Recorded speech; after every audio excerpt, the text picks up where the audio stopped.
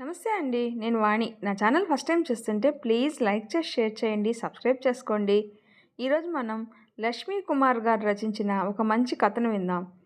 ఆమె పేదరికం వలన అతనికి ఇష్టం లేకుండా రెండో భార్యగా అతని జీవితంలోకి వచ్చింది. అతను ఆమెను ఒక మనిషిగా కూడా చూడడు. ఒకరోజు చిన్న పొరపాటుకు అతను ఆమెను చెంప మీద కొట్టి, "నువ్వు నా దగ్గర ఎలాంటి ట్రిక్కులు ఉపయోగించకు" అన్నాడు. ఆమెకేమీ అర్థం కాలేదు. అసలు నేను చేసిన తప్పేంటి? నా స్థానం ఈ ఇంట్లో ఎక్కడా అని ఆలోచిస్తున్న ఆమె జీవితంలో తన భర్త ప్రేమ పొందిందా లేదా? కథ వినేద్దామా? పెళ్ళైన ప్రతి ఆడపిల్లకు భార్య స్థానం ఎంతో ఉన్నతంగా ఉంటుంది. కానీ సంజయ్ విషయంలో మాత్రం భార్య స్థానం చాలా భారంగా మారింది. నాకే ఎందుకిలా జరగాలి? నేనే తప్పు చేయకపోయినా నాకెందుకు ఈ శిక్ష? ఒక మధ్యతరగతి ఆడపిల్లగా పుట్టడమే తను చేసిన తప్పా? భారం వదిలించుకున్న తల్లిదండ్రులు, తనను భారంగా భావించే భర్త. భగవంతుడా, నాకు ఏది దారి? ఉదయం నుండి ఎన్నిసార్లు ఆలోచించినా ఇవే ప్రశ్నలు పదే పదే సంధ్య మనసును గాయపరుస్తున్నాయి. సంధ్య సాగర్లకు పెళ్లి జరిగి నెల రోజులు గడిచింది. సాగర్కు ఇది రెండో పెళ్లి కారణంగా ఆనవాయితీ తప్పించాలని ఫంక్షన్ హాల్లో కాకుండా ఈసారి అన్నవరం సత్యనారాయణ స్వామి గుడిలో అతి కొద్ది మంది బంధువులతో ఏదో అయింది అనిపించి ఆ 3 ముళ్ళు వేయించారు. పెళ్లిలో సాగర్ చాలా ముభావంగా ఉన్నాడు. సాగర్ ముభావం సంజయ్ మనసులో అలజడి రేపుతూనే ఉంది. మొదటి భార్య యాక్సిడెంట్లో చనిపోయి 2 ఏళ్లయింది. ఇంట్లో ఎంత బలవంతం పెట్టినా నాకు రెండో పెళ్లి ఆసక్తి లేదు అని ఖచ్చితంగా చెప్పాడు. కానీ సాగర్ తల్లిదండ్రులు, నానమ్మ, నీ తర్వాత 2 తమ్ముళ్ళు, నీ చెల్లెళ్ళకి పెళ్ళిళ్ళు చేయాలంటే ముందు ఈ ఇంటికి పెద్ద కోడలు ఉండాలి అని పదే పదే నచ్చజెప్పడంతో తప్పనిసరి అయి ఒప్పుకున్నాడు. సాగర్ రెండో పెళ్లి విషయంలో నానమ్మనే పెద్ద పాత్ర వహించి తన కౌలు రైతు రామకృష్ణ పెద్ద కూతురు సంధ్యనిచ్చి దగ్గరుండి వివాహం జరిపించింది. సంధ్య పెళ్లి బట్టలతో సాగర్ ఇంట్లో అడుగుపెట్టింది. తర్వాత జరిగే కార్యక్రమాలు అన్నీ అత్తింట్లోనే జరిపించారు. అందరి ఆడపిల్లల్లాగానే తను కూడా సిగ్గుపడుతూ పాల గ్లాస్తో సాగర్ గదిలోకి వెళ్ళింది. సాగర్ చాలా సీరియస్గా తన ల్యాప్టాప్లో వర్క్ చేసుకున్నాడు. సంజయ్ లోపలికి రాగానే అప్రయత్నంగా ఆమె వైపు చూసి మరలా తన పనిలో నిమగ్నమైపోయాడు. సాగర్ ప్రవర్తన కొంచెం వింతగా అనిపించింది. అయినా కొంచెం దగ్గరగా వచ్చి పాలు తీసుకోండి అంటూ పాల గ్లాసు అందివ్వబోయింది. వెంటనే కొంచెం కోపం, చిరాకుతో అక్కడ పెట్టు అన్నాడు. కాసేపు ఏం చేయాలో అర్థం కాక అలాగా నిలబడి తర్వాత అక్కడ ఉన్న చాప పడుచుకుని పడుకుంది. ఉదయం లేచిన తర్వాత కూడా అదే పరిస్థితి. ఎవరితోనూ పెద్దగా మాట్లాడడు. తన దగ్గరకు వస్తేనే అసహ్యించుకుంటున్నట్లు చూస్తున్నాడు. ఇంకా సాగర్ ఇంట్లో తమ్ముళ్ళు, చెల్లెళ్ళు ఎవరూ తనని ఒక మనిషిగానే చూడటం లేదు. ఇంటికి ఎవరైనా వచ్చినప్పుడు వారితో సంజయ్ని పరిచయం చేసినప్పుడు కూడా మా అన్నయ్య రెండో భార్య అని మాత్రమే చెప్తున్నారు. ఆ రెండో భార్య అనే పదం తనను చాలా బాధిస్తుంది. కేవలం వంట చేసే సావిత్రమ్మ మాత్రమే తనతో మాట్లాడుతుంది. అత్తగారు కూడా పెద్దగా తనతో ఏమీ మాట్లాడదు. ఆమె కాలు నొప్పి కారణంగా తన గది దాటి రాదు. మామగారు సాగర్ ఉదయం 9 గంటలకే కంపెనీకి వెళ్ళిపోతారు. తన చుట్టూ చాలామంది మనుషులు ఉన్నా తనకి ఒంటరిగానే ఉన్నాను అనిపిస్తుంది. అప్పుడప్పుడు అమ్మ, చెల్లెళ్ళ నుండి వచ్చే ఫోన్ మాత్రమే కాస్త ఊరటనిస్తుంది. ఎంతైనా తను మధ్యతరగతి కుటుంబం నుండి వచ్చింది కాబట్టి అన్నీ సర్దుకుపోవడం అలవాటు చేసుకుంది. ఎంత సర్దుకుపోయినా కానీ ఆ రోజు సాగర్ మాట్లాడిన మాటలు మనసులో గుచ్చి గుచ్చి బాధిస్తున్నాయి. ఆ రోజు సంఘటన మళ్ళీ మళ్ళీ గుర్తొస్తుంది. అప్పటికే 2 రోజుల నుండి జ్వరంగా ఉంది. రాత్రి పడుకోబోయేటప్పుడు మంచంపై ఉన్న దుప్పటి తీసుకోబోయి కొంచెం తూలి పట్టు కోసం 2 చేతులు సాగర్ భుజాలపై ఆనించింది. వెంటనే సంజయ్ చెంప చెళ్ళుమంది. సాగర్ కోపంతో ఊగిపోతూ, ఇలాంటి చీప్ ట్రిక్స్ నా దగ్గర ప్లే చేయకు. నేను అన్ని విషయాలు పెళ్ళికి ముందే మీ నాన్నకు మెసేజ్ చేశాను.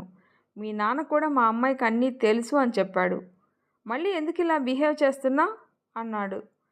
సంజయ్కి ఊహించని దెబ్బ ఒక పక్క, అర్థం కాని సాగర్ మాటలు మరొక పక్క. దుఃఖం పొంగుకు వచ్చింది. ఇంకేమీ మాట్లాడకుండా బయటికి వెళ్ళిపోయింది. చీకటిలో కావలసినంతసేపు ఏడ్చింది. ఎంత ఆలోచించినా తండ్రి తన నుండి ఏం దాచాడో అర్థం కాలేదు. తనకు కేవలం రెండో పెళ్ళి అని మాత్రం చెప్పాడు. ఆ విషయం చెప్పినప్పుడు తన తండ్రి కళ్ళల్లోని బాధ తను స్పష్టంగా చూసింది. సంజ, నేను నీకు పెద్ద చదువులు చెప్పించలేకపోయాను. చివరకు నీకు కడుపు నిండా తిండి కూడా పెట్టగలిగానో లేదో కూడా తెలియదమ్మా. కానీ నువ్వు ఈ పెళ్లి చేసుకుంటే తిండికి కట్టుకునే బట్టకు లోటు లేకుండా పెరుగుతావు. నీ చెల్లెళ్ళ జీవితాలకు ఒక దారి దొరుకుతుంది. ఈ అసమర్థత తండ్రి ఇంతకన్నా ఇంకేం చేయలేడమ్మా అంటూ కళ్ళనీళ్లు పెట్టుకున్నాడు. అవే పెళ్లి ముందు తండ్రి చెప్పిన మాటలు. మరో మాట లేకుండానే తల వంచి తాళి కట్టించుకుంది. ఇది మాత్రమే తనకు తెలుసు. కానీ సాగర్ ఏంటి ఏదో మెసేజ్ అంటున్నాడు. ఉదయం నుండి ఇదే ఆలోచన. సాగర్ వాళ్ళ ఆఫీస్ ఛాంబర్ చాలా హడావిడిగా ఉంది. ఆ రోజు కొత్త ప్రాజెక్టు ఓకే అవడంతో అంతా హ్యాపీగా ఎంజాయ్ చేస్తున్నారు. సాగర్ కంపెనీకి ఎండి అయినా తన స్టాఫ్తో చాలా సన్నిహితంగానే ఉంటాడు. ఏమాత్రం గర్వం లేని మంచి మనసే తనని ఈ స్థాయిలో నిలబెట్టింది. తనకు ఆప్తమిత్రుడైన హేమంత్ రూమ్లోకి వస్తూనే, ఏంటి సార్ బిజీనా? అందరూ బయట నీకోసం వెయిట్ చేస్తుంటే నువ్వు ఇక్కడేం చేస్తున్నావు? కమ్ ఫాస్ట్ అంటూ ఎదురు సీట్లో కూర్చున్నాడు. సాగర్ తల పైకెత్తకుండానే, మీరు కంటిన్యూ చేయండి, నేను తర్వాత వస్తాను. ప్లీజ్ నన్ను బలవంతం చేయొద్దు అన్నాడు. హేమంత్ చాలా సంవత్సరాల నుండి సాగర్ మనసును అతి దగ్గరగా చూసినవాడు కావడంతో ఇంకా పార్టీ గురించి కాకుండా, సరే కానీ సిస్టర్ ఎలా ఉంది? నీ దగ్గర బాగానే అడ్జస్ట్ అయిందా అంటూ టాపిక్ మార్చాడు. కానీ సాగర్ నుండి ఏం సమాధానం రాలేదు. అరే నిన్నే అడిగేది, నిన్నే నమ్ముకుని వచ్చిన అమ్మాయి, ఆమెను సంతోషంగా ఉంచే బాధ్యత నీదే కదా అన్నాడు హేమంత్. ఆ మాటలకి సాగర్ ముఖం కోపంతో ఎర్రబడింది. ఒక్కసారిగా సీట్లో నుండి పైకి లేచి, ఎవరు రమ్మన్నారు?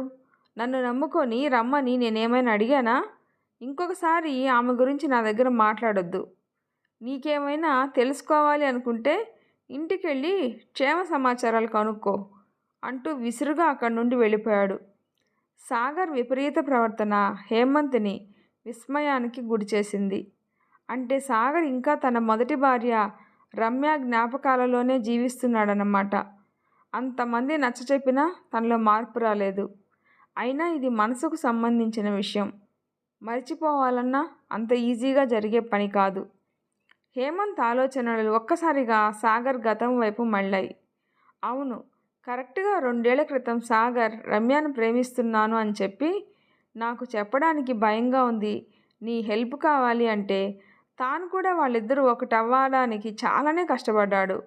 రమ్య గొప్పింటి పిల్ల అయినా చాలా సింపుల్గా చలాకీగా ఉండేది. అవసరం ఉన్న అందరికీ సహాయం చేస్తూనే ఉండేది. ఆమెలో పరోపకార గుణమే సాగర్ మనసును ఆమెకు దగ్గర చేసింది. కానీ పెళ్ళయి 6 నెలలు కూడా కాకుండానే మృత్యువు యాక్సిడెంట్ రూపంలో రమ్యని సాగర్ నుండి దూరం చేసింది. అత్తమామలతో గుడికి వెళ్ళి తిరిగి వస్తుండగా ఎదురుగా రాంగ్ రూట్లో వచ్చిన ట్రక్కు బలంగా ఢీకొని డ్రైవింగ్ సీట్లో ఉన్న రమ్య అక్కడికక్కడే మరణించింది. వెనక ఉన్న అత్తమామలు దెబ్బలతో బయటపడ్డారు. రమ్య వియోగాన్ని భరించలేక సాగర్ మానసికంగా కుంగిపోయాడు. సాగర్ చాలా రోజులు ఒకే రూమ్కి పరిమితమై పదే పదే రమ్య ఫోటోలు చూస్తూ కాలం గడిపేవాడు. కోలుకోవడానికి 6 నెలల పైనే పట్టింది. తండ్రి చొరవతో కోలుకున్నా కానీ మనసులో గూడు కట్టుకుపోయిన విషాదం మాత్రం అలానే ఉండిపోయింది. సార్ మిమ్మల్ని పిలుస్తున్నారు అని వినిపించిన ఆఫీస్ బాయ్ మాటలతో పాత జ్ఞాపకాల నుండి మళ్ళా ఈ లోకంలోకి వచ్చాడు హేమంత్. అయినా మనసు ఇంకా సాగర్ గురించే ఆలోచిస్తుంది. ఒకసారి సాగర్ ఇంటికెళ్ళి సంధ్యను కలవాలి, ఆమె పరిస్థితి ఎలా ఉందో అనుకుంటూ అప్పటికే మొదలైన పార్టీలో తను కూడా జాయిన్ అయ్యాడు. సంధ్య ఆలోచనలకు అంతరాయం కలిగిస్తూ అత్తగారి పిలుపు చెవులకు చేరింది. సంధ్య, ఒకసారి ఇటురా. అత్త పిలుపుతో పరుగులాంటి నడకతో అత్త ఉన్న రూమ్కి వెళ్ళింది. సంధ్య, ఈరోజు ఊరు నుండి మా అత్తగారు వస్తున్నారు, అదే అన్నపూర్ణమ్మ గారు వస్తున్నారు.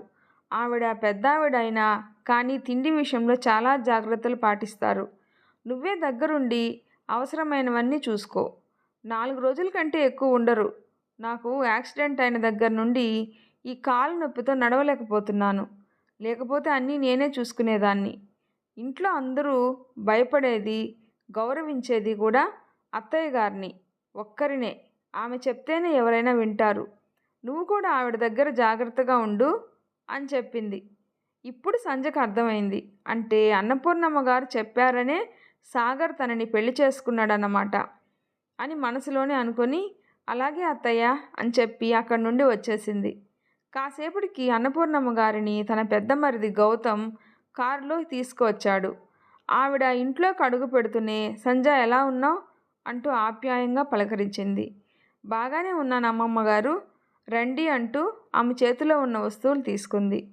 సంజయ్ చెప్పిన సమాధానం అన్నపూర్ణమ్మ గారికి తృప్తినివ్వలేదు.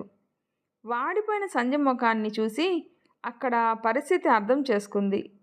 సంజయ్ మాత్రం అన్నపూర్ణమ్మ గారి వెంటే ఉండి ఆమెకు కావలసినవన్నీ అందిస్తుంది. ఆ రోజు మధ్యాహ్నం అన్నపూర్ణమ్మ గారు, సంజయ్, ఇక్కడ దగ్గరలో శివుని గుడి ఉంది, సాయంత్రం అక్కడికి వెళ్ళి వద్దాం, త్వరగా రెడీ అవ్వు అని చెప్పింది. అన్నపూర్ణమ్మ గారు అన్నట్టుగానే 5 గంటలకల్లా కారులో గుడికి బయలుదేరారు. సంధ్యతో పాటు దర్శనం అయిపోయిన తర్వాత విశాలమైన మంటపంలో ఇద్దరు కూర్చున్నారు. ఏమ్మా సంధ్య, సాగర్ నీతో ఎలా ఉంటున్నాడు అని మళ్ళీ అడిగింది. బాగానే ఉంటున్నారమ్మమ్మ, మేమిద్దరం బాగానే ఉన్నాం అంది సంధ్య. ఎందుకమ్మా నిజం దాస్తావు? ఏడ్చి ఏడ్చి కమిలిపోయిన నీ కళ్ళు చూస్తే నాకు తెలీదా అని ఆమె చేతిలోని సెల్ ఫోన్ తీసి సంధ్యకిచ్చి అందులో ఉన్న మెసేజ్ని చదవమన్నట్లుగా సంధ్య వైపు చూసింది. భయం భయంగా సంధ్య కళ్ళు అక్షరాల వెంబడి పరుగులు పెడుతున్నాయి. రామకృష్ణ గారు, మీ అమ్మాయిని పెళ్లి చేసుకోవడం నాకు ఇష్టం లేదు. అయినా బలవంతంగా మీరు మీ అమ్మాయిని నాకు ఇచ్చి చేయాలనుకుంటే ఆమెకు నాకు ఎటువంటి సంబంధం ఉండదు. ఆమె కేవలం లోకం దృష్టిలో మాత్రమే నాకు భార్య. మీ అమ్మాయి జీవితాన్ని నాశనం చేయకండి. నేను నాన్నను బాధ పెట్టడం ఇష్టం లేక పెళ్ళికి సరే అన్నాను. మీరే ఏదో ఒక విధంగా ఈ పెళ్ళిని ఆపండి. ఇది మెసేజ్ సారాంశం. చదవడం పూర్తయ్యేసరికి సంజయ్కి కళ్ళు బైర్లు కమ్మాయి. తన ఆగాధంలో కూరుకుపోతూ ఉన్నట్టుగా అనిపించింది. కళ్ళనీళ్లతో అన్నపూర్ణమ్మ గారి వైపు చూసింది. ఎందుకమ్మా ఏడుస్తున్నావు? దుఃఖం మనలో ధైర్యాన్ని దెబ్బతీస్తుంది. ఇది మీ నాన్నకు చేరగానే నా దగ్గరకు పరుగున వచ్చాడు. కానీ నేనే నీకు చెప్పొద్దు అని ఒట్టు వేయించుకున్నాను. ఎందుకంటే సాగర్ గురించి నాకు బాగా తెలుసు. సాగర్ తప్పక మారుతాడు అన్న నమ్మకం నాకుంది. అలాగే నీ గురించి కూడా బాగా తెలుసు. మీ నాన్న మా ఇంటికి వచ్చిన ప్రతిసారి నీ గురించి చెప్పేవాడు. అందుకే నా దృష్టిలో నువ్వే సాగర్కి సరి అయిన భార్య అనిపించింది. ఎందుకంటే ఆ విశాలమైన ఇంట్లో ఎన్నో గదులు, ఒక్కొక్కరు ఒక్కొక్క గదికి పరిమితం. ఎవరి లోకంలో వాళ్ళు ఉంటారు. ఇంట్లో అంతమంది ఉన్నా ఇల్లంతా ఎప్పుడూ నిశ్శబ్దమే. కళాకాంతులు లేని ఇంటికి ఆశాదీపమై వెలుగులు నింపుతావు అన్న నమ్మకం నాకుంది. సాగర్కి రెండో పెళ్లి చేయడానికి ఎంతోమంది గొప్పింటి వాళ్ళు కూడా తమ పిల్లల్ని ఇవ్వటానికి పోటీ పడ్డారు. బయట నా మనవడుకున్న గౌరవం అలాంటిది. కానీ వాళ్ళందరినీ కాదని నిన్ను మాత్రమే నేను ఎంచుకున్నానమ్మా. నా నమ్మకాన్ని నిలబెట్టు అంటూ చెమ్మగిల్లిన కళ్ళతో సంధ్య తలపై ప్రేమగా నిమిరింది. సంధ్య మాత్రం ఏమీ సమాధానం చెప్పకుండా అన్నపూర్ణమ్మ గారినే చూస్తుంది. మళ్ళీ ఆవిడే, ఆ సంధ్య, నేను ఇలా చెప్పాను అని ఏమీ బాధపడకు. నా మనవడి మీద ప్రేమ నన్ను ఇలా చెప్పిస్తుంది. అయినా సాగర్ మారినా మారకపోయినా వాడి కోసం నీ జీవితం నిస్సారం చేసుకోకు. నీ కోసం నువ్వు జీవించు. నీ మనసుకు నచ్చినట్టు నువ్వు నడుచుకో. నీకు చదువంటే చాలా ఇష్టం అని తెలిసింది. ఆగిపోయిన డిగ్రీ మళ్ళా పూర్తి చేయమ్మా. ఊర్లో అందరికీ సహాయపడుతుండేదానివి. అలాగే ఇక్కడ కూడా నీ ఇష్ట ప్రకారం నడుచుకో. కానీ భారీగా నీ భర్తకు నువ్వు చేయవలసినవి మాత్రం నిర్లక్ష్యం చేయకు అంటూ గీతోపదేశం చేసినట్లే చెప్పింది అన్నపూర్ణమ్మ గారు. ఆవిడ చెప్పిన దాంట్లో నీ కోసం నువ్వు బతకాలి అన్న మాటలు సంజయ్ మనసుకు హత్తుకున్నాయి. అవును, సాగర్కి నేనిష్టం లేకపోతే ఇంకా నాకు జీవితమే లేదా? తను పుట్టింది ఒక్క సాగర్ కోసమే కాదు. తను చేయవలసింది ఇంకేదో ఉంది. ఎందుకు ఇన్ని రోజులు పిచ్చిదానిలా బాధపడ్డాను? తనలో తానే ఆలోచించింది. మరొకసారి పరమేశ్వరుడికి నమస్కరించింది. ఇప్పుడు ధైర్యంగా లేచి, రండి అమ్మమ్మ గారు, ఇంటికి వెళ్దాం అంటూ బయలుదేరింది. తర్వాత 2 రోజులకే అన్నపూర్ణమ్మ గారు ఊరికి వెళ్ళిపోయారు. కానీ వెళ్లే ముందు సాగర్ని పిలిచి, పెళ్ళికి ముందు నువ్వు పంపించిన మెసేజ్లేవి సంజయ్కి తెలియవు. నీవు ఆ అమ్మాయిని కనీసం ఒక మనిషిలా అయినా చూడు అని కాస్త గట్టిగానే చెప్పింది. అలాగే సంధ్య చదువుకు కొన్ని ఏర్పాట్లు కూడా చేసి వెళ్ళింది. ఇప్పుడు సంధ్య చాలా బిజీగా మారిపోయింది. ఈ మార్పుకు మరికొంత సహాయం చేసింది హేమంత్. ఒకరోజు హేమంత్ సంధ్యని కలవడానికి ఇంటికి వచ్చాడు. సాగర్ మొదటి భార్య రమ్య గురించి చాలా విషయాలు చెప్పాడు. తను కూడా చాలా ఆసక్తిగా విన్నది. అలాగే తను చేయాలనుకున్న పనుల గురించి కూడా చెప్పింది. హేమంత్ కూడా సంతోషంగా వాటికి సంబంధించిన మొత్తం ఇన్ఫర్మేషన్ కూడా సంధ్యకి ఇచ్చాడు. ఇప్పుడు సంధ్య ఉదయం లేచిన దగ్గర నుంచి తన రోజు మొత్తం టైం సద్వినియోగం చేసుకుంటుంది. అత్తగారికి వేసుకోవలసిన మందులు తానే దగ్గర ఉండి ఇవ్వడం, డాక్టర్ చెప్పిన చిన్న చిన్న ఎక్సర్సైజులు చేయించడం మొదలుపెట్టింది. చిందర వందరగా ఉన్న మరుదుల రూమ్లన్నీ పనివాళ్ల సహాయంతో సర్దించింది. మరుదులిద్దరూ తనని వ్యతిరేకించారు. వాళ్ళ రూమ్లో అడుగు పెట్టొద్దు అన్నారు. అయినా సంధ్య చిరునవ్వుతో ఇల్లు నీట్గా ఉంచడం నా బాధ్యత అని చెప్పి వాళ్ళని కొంచెం మార్చగలిగింది. ఇంకా తాను తెలుసుకున్న అనాథ శరణాలయాలకు వెళ్ళి అక్కడ వాళ్లకు కావాల్సిన అవసరాలు ఒక బుక్కులో నోట్ చేసుకుని వచ్చేది. ఒక ప్రత్యేకమైన వాట్సాప్ గ్రూపు ఏర్పాటు చేసుకుంది. దానిలో హేమంత్ చాలామందిని జాయిన్ చేశాడు. అందులో ఇంట్రెస్ట్ ఉన్నవాళ్ళు ఆర్ఫన్స్కి సహాయం చేసి ముందుకు వచ్చేవారు. ఆ సహాయాన్ని సంధ్య స్వయంగా తీసుకెళ్ళి వాళ్ళకు అందించేది. ఇంకా తనకిష్టమైన పని చదువు చెప్పడం. అందుకోసం దగ్గరలో ఉన్న ఒక మురికివాడని ఎంచుకుంది. అక్కడ జీవించే వాళ్ళందరూ కూడా రోజువారీ కూలీలు. తల్లిదండ్రులు పనులకు వెళ్ళిపోయిన తర్వాత పిల్లలే వాళ్ళకి ఇళ్ళకి కాపలా ఉండేవారు. వారికి ఎటువంటి స్కూల్ సహాయం కూడా లేదు. సంధ్య వాళ్ళందరినీ ఒక చెట్టు కింద కూర్చోబెట్టి మెల్లగా అక్షరాలు నేర్పించడం, అవసరమైన వాళ్ళకి చిన్న చిన్న పుస్తకాలు కొని ఇవ్వడం చేసింది. ఈ పని సంధ్యకి చాలా సంతోషాన్ని ఇచ్చేది. అప్పుడప్పుడు సహాయంగా హేమంత్ కూడా వచ్చేవాడు. ఒకరోజు సంధ్య మరిది గౌతమ్ అదే దారిలో వస్తూ మురికివాడ దగ్గర ఆగి ఉన్న వాళ్ళ కారు చూసి, ఇక్కడికి ఎవరొచ్చారు అబ్బా అని లోపలికి వెళ్ళి చూశాడు. అప్పటికే సంధ్య పిల్లల్ని తన చుట్టూ కూర్చోబెట్టుకొని వాళ్ళకి ఎంతో సంతోషంగా పాఠాలు చెప్తూ ఉంది. గౌతమ్ ఒక్కసారిగా ఆశ్చర్యపోయాడు. ఎందుకంటే సంధ్య మీద ఇంట్లో ఎవరికి మంచి అభిప్రాయమే లేదు.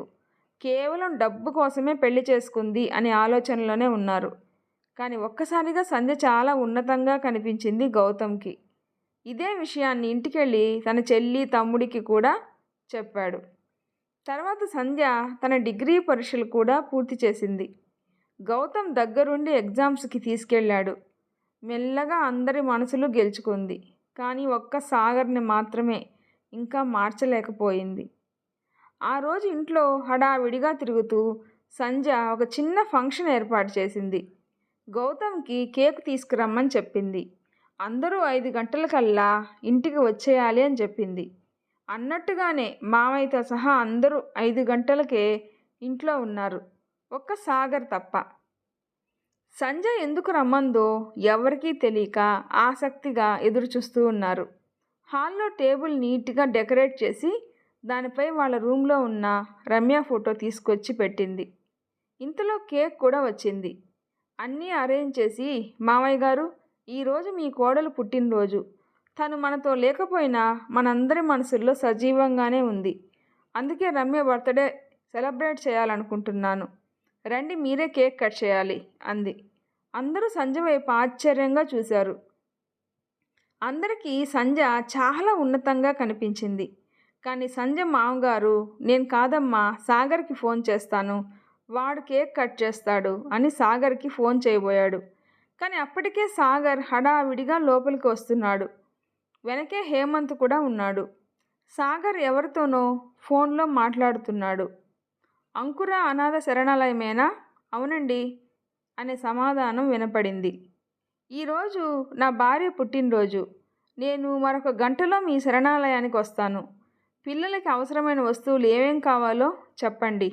నేను డొనేట్ చేయాలనుకుంటున్నా అంటూ ఫోన్లో మాట్లాడుతున్నాడు. కానీ అవతల పక్క నుండి సాగర్ గారు, ధన్యవాదములండి. ఆల్రెడీ రమ్య గారి పేరు మీద ఈరోజు ఉదయమే పిల్లలకి స్వీట్సు, బట్టలు, వాళ్ళకి అవసరమైన బుక్స్ కూడా మీ ఇంటి నుండే సంజయ్ గారు అందజేశారు. పిల్లలతో ఒక గంట ఇక్కడే గడిపి వాళ్ళని ఆటలు కూడా ఆడించారు. సంజయ్ గారికి మరొక్కసారి థ్యాంక్స్ చెప్పండి. ఫోన్లో వినపడిన సమాధానంతో సాగర్కి ఒక్కసారిగా షాక్ తగిలినట్టు అనిపించింది. అక్కడే నిలబడిపోయాడు. అప్పటికే సాగర్ కోసం ఎదురు చూస్తున్న అందరూ అన్నయ్య రా తొందరగా అంటూ పిలుస్తున్నారు. తర్వాత సాగర్ కేక్ కట్ చేశాడు. గౌతమ్కి, చిన్న తమ్ముడికి, చెల్లెమ్మకి అందరికీ కేక్ తినిపించాడు. సంజయ్ మాత్రం ఒక పక్కగా నిలబడి సాగర్ ముఖంలో ఆనందం వెతుకుతుంది. రమ్య ఫోటో చేతిలోకి తీసుకొని ఆప్యాయంగా తడుముతూ, రమ్య, నువ్వెంత అదృష్టవంతురాలువో కదా. ప్రేమ పేరు చెప్పి ప్రాణాలు తీస్తున్న ఈ రోజుల్లో నువ్వు బాహ్యంగా లేకపోయినా సాగర్ నిన్నెంతగా ప్రేమిస్తున్నాడు అనుకుంటూ తను కూడా అక్కడున్న కేక్ తీసుకుంది. సాగర్ సంజయ్ వైపే చూస్తున్నాడు. ఆ స్థానంలో ఎవరున్నా కానీ రమ్యపై కోపమే ఉండేది. నిజం చెప్పాలంటే రమ్య జ్ఞాపకాలు సంధ్య జీవితానికి అడ్డంకి. కానీ సంజయ్ మాత్రం రమ్యని అభిమానిస్తూ ఉంది. సాగర్కి చాలా ఆనందంగా అనిపించింది. ఆ రోజు అందరూ కలిసి కూర్చొని భోజనాలు చేశారు. సాగర్ తమ్ముళ్ళు మాటి మాటికి వదినా వదినా అని పిలుస్తుంటే తనకి చాలా ఆనందంగా అనిపించింది. హేమంత్ కూడా వాళ్ళతో కలిసి సరదాగా అందరినీ నవ్విస్తూ ఉన్నాడు. సాగర్ ముఖంలో కూడా చిరునవ్వు కనపడింది. భోజనాలయ్యాక హేమంత్ ఇంటికి వెళ్ళడానికి బయలుదేరాడు. సాగర్ కూడా గేటు వరకు హేమంత్తో కలిసి వెళ్ళాడు. హేమంత్ వెళ్లే ముందు సాగర్, భగవంతుడు రమ్యని దూరం చేసిన సంజయ్ రూపంలో మరో అదృష్టం నీ చేతిలో పెట్టాడు. అదృష్టాన్ని చేజార్చుకోకు, ఇంతకంటే ఎక్కువ ఏమీ చెప్పలేను అంటూ తాను చెప్పాలనుకున్నది సాగర్కి చెప్పి వెళ్ళిపోయాడు. సాగర్ రూమ్లోకి అడుగు పెట్టేటప్పటికీ సంజయ్ అక్కడే ఏదో సర్దుతూ ఉంది. సాగర్ మెల్లగా సంజయ్ దగ్గరికి వచ్చి, సంజయ్, నన్ను క్షమించు, నీ మనసు బాధ పెట్టాను అన్నాడు. సాగర్ పిలుపులో ప్రేమ, అతని చూపులో ఆరాధన కనిపించాయి. సంజయ్కి సమాధానంగా చిరునవ్వు నవ్వింది. సాగర్ 2 చేతులు ఆమెను దగ్గరకు లాక్కున్నాయి. సంజయ్ తుళ్ళిపడి అతని హృదయంపై వాలిపోయింది. సంజయ్ మనసులోనే అన్నపూర్ణమ్మ గారికి కృతజ్ఞతలు చెప్పుకుంది. ఆవిడ చెప్పిన మాటలు అక్షరాలా నిజమయ్యాయి. సాగర్ ఏదో చెప్తూ ఉన్నాడు. అవేవీ చెవికి చేరటమే లేదు. ఒక్క మాట తప్ప. సంజయ్, రేపే మీ ఊరికి వెళ్దాం. మీ నాన్నగారు నీ గురించి చాలా బాధపడుతుంటారు. నేనే ఆయనతో అన్నీ మాట్లాడాలి అన్నాడు. ఇప్పుడు సాగర్ రెండవ భార్య సంజయ్ కాదు, పూర్తిగా అతని మనసులో మొదటి భార్య స్థానాన్ని ఆక్రమించుకుంది. ఈ వీడియో నచ్చితే ప్లీజ్ లైక్ చేసి షేర్ చేయండి, సబ్స్క్రైబ్ చేసుకోండి. స్టోరీ ఎలా ఉందో తప్పకుండా కామెంట్ చేయండి. Thanks for watching.